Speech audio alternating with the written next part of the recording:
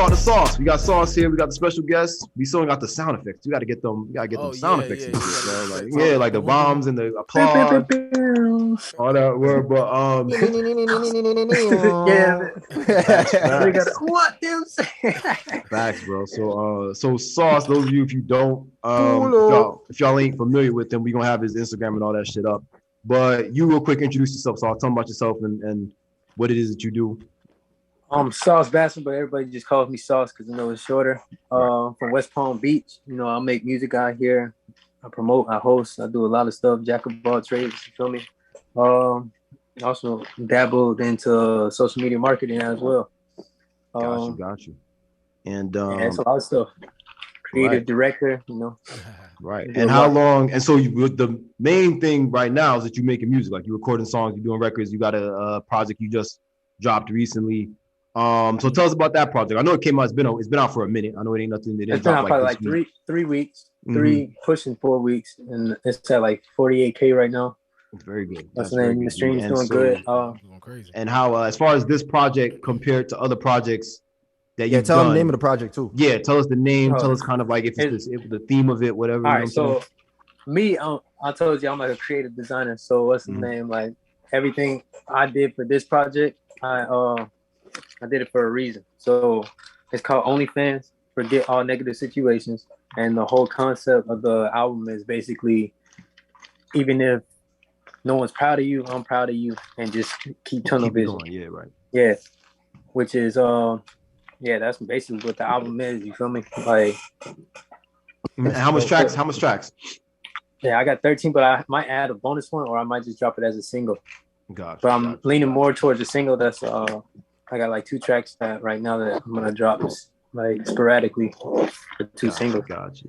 And so last year we were kind of like Nova was on here. We was talking to him kind of about his process and stuff like that. So I'm gonna ask you, as far as this latest project, what is your your process as far as how you went into this project? Like, do you do it like, okay, this is the theme, I'm gonna stick with it. I'm gonna write songs that follow this theme, and this is gonna be the album? Or do you do it like, all right, let me just go in the studio, bust out fire, and then whatever's the hardest shit, that's gonna be what I'm gonna put on the So initially, when I first go in, I just try to get one single off there.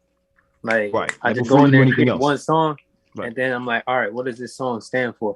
And then I kind of take a route based off that. But sometimes, like, it'll be 2 separate projects. Like, I know I was working on a almost like an R&B project before, and then I was working on like a rap. But then I was just like, yo, no one's gonna listen to a full R&B album of me. You feel me? Like, I was just like, let me mix the 2. And when I mixed the 2, I had a whole story. So like, that was a good move. Yeah, like it was. And so would you describe that as your sound? Like, how would you describe your sound? Like, specifically, is it like an R&B mixed with rap? Like, for anybody that hasn't heard. Anybody that doesn't know, like, you're gonna get different sounds. You're gonna get the lit stuff. That's what a lot of people know me for. It's like a lot of lit stuff. But like, I used to write poetry, so I can touch ladies' hearts and all that when it comes to like all that slow stuff. But really, it's just whatever I feel at the time. Like, I just go in there and just let the beat talk to me. When I let the beat talk to me, it always just guides me. That's all it really is. Right. So my process, I just like stick to a theme. Like, whatever mood I was feeling in those first 3 songs, that's what carries me over to the next one. Got you. Do you got a favorite track? Favorite track? Honestly, with these boys right here, I fuck with this song. With them, like, Falling. Only because it's like, no one's gonna hear that sentimental stuff, but it sounds fire at the same time. You feel me? Right. So it was hitting like that, but I also wanted like a little hint of like Caribbean, so I had my dog play through that. And then ATD, you know how he come on tracks. You feel me? Yeah, we gonna put a link to the song and everything because it's hard and it's been on iTunes. We didn't mention that specific song recently. We only mentioned kind of y'all's, right? We didn't mention the Fallen track. No. Yeah, we have Fallen and then I have a music video that I'm about to probably drop in like a week or 2 with me and ATD. It's called Band of Living. Yeah, that's all right. Yeah, I've heard that one too. Yeah, so that track hard. Yeah, and then you got that's the track that's on ATD shit, right? That one's on his shit. That's on your shit. So what's the track on ATD's? Yeah, say that then. Say that then. Yeah, say that that's then. that shit hard too. We got them done around the same time. That's the crazy thing.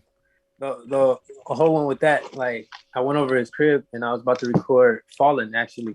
I was about to go over there and record it, and he was like, yo, I got a track. And he showed me the beat, and then the beat switched up, and he was like, this whole spot just spazzed on it, bro. I was like, okay. I was challenge accepted. So then when he gave it to me, it was like, he sent it to me, bro, like, off rip. Like, I just went into it, like, and I didn't stop until the song was done. Like, it was literally like 3 hours, like, and I was like, yo, I'm done.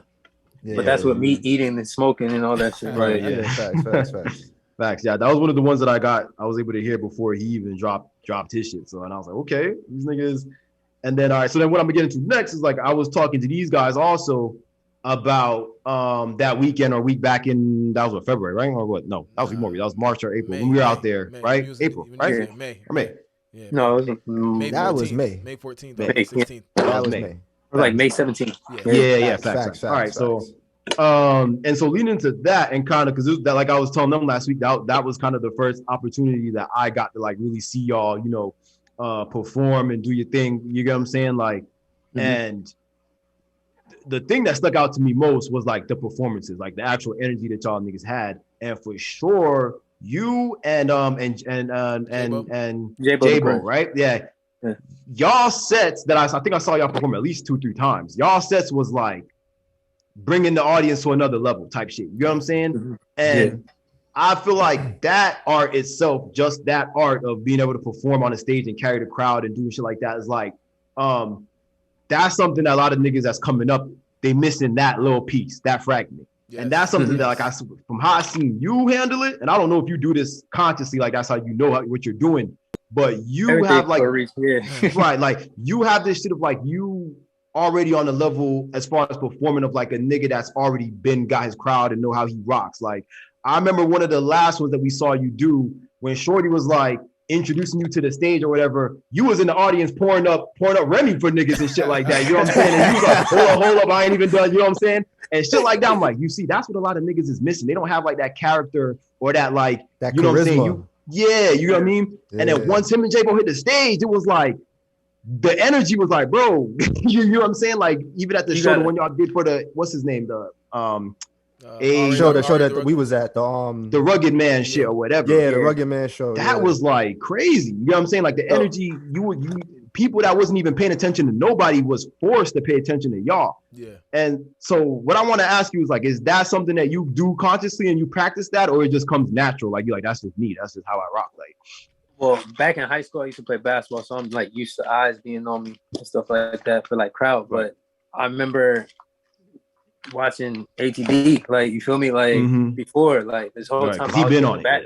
Yeah, I was in the background just watching him, and then he specifically brought me to come be a hype man. Right. So it was like I was always lit. Yeah, so then when I first started dropping my music, I was like, yo, I know, like, I ain't the best, you feel me? But I know I can turn them up. So like, my strong suit was my performance. So then it was just like, I just had to work on my pen. So now it's like, I'm just combining both, and this is what y'all seeing coming together, right? Yeah. Ever since his first performance, like, I know you remember that first performance, everybody's chanting Sawce. Well, I brought out the red bottles. So everybody, yeah. Like, you know what I'm saying? Like he said, it does go hand in hand. Like, if you're, like, just good with crowds being on you, you know, when you play basketball and you got that huge crowd, everybody knows basketball is, like, it's entertainment in a way. So, you know what I'm saying? You gotta entertain the crowd. You feel me? And so how that's really approached it was more like growing up watching BET. BET Awards, what did we wait for? We waited for, like, Chris Brown, Usher. Come on, the people that would get the crowd hype.